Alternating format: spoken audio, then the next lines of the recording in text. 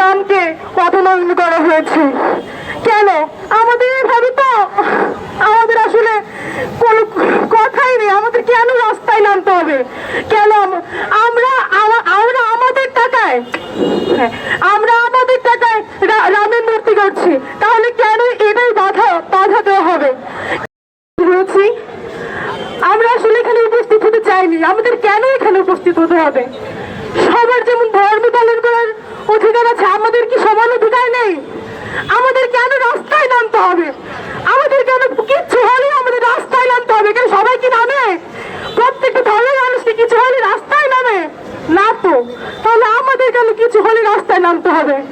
এখানে বিভিন্ন বিশ্ববিদ্যালয়, শুধু আশেপাশের জেলা, অনেক চারপাশ থেকে অনেক মানুষ আমরা এখানে উপস্থিত হয়েছি শুধু এই একটা কারণেই যে আমাদের রামকে অপমান করা হয়েছে। কেন? আমাদের এভাবে তো আমাদের আসলে কোনো কথাই নেই। আমাদের কেন রাস্তায় নামতে হবে?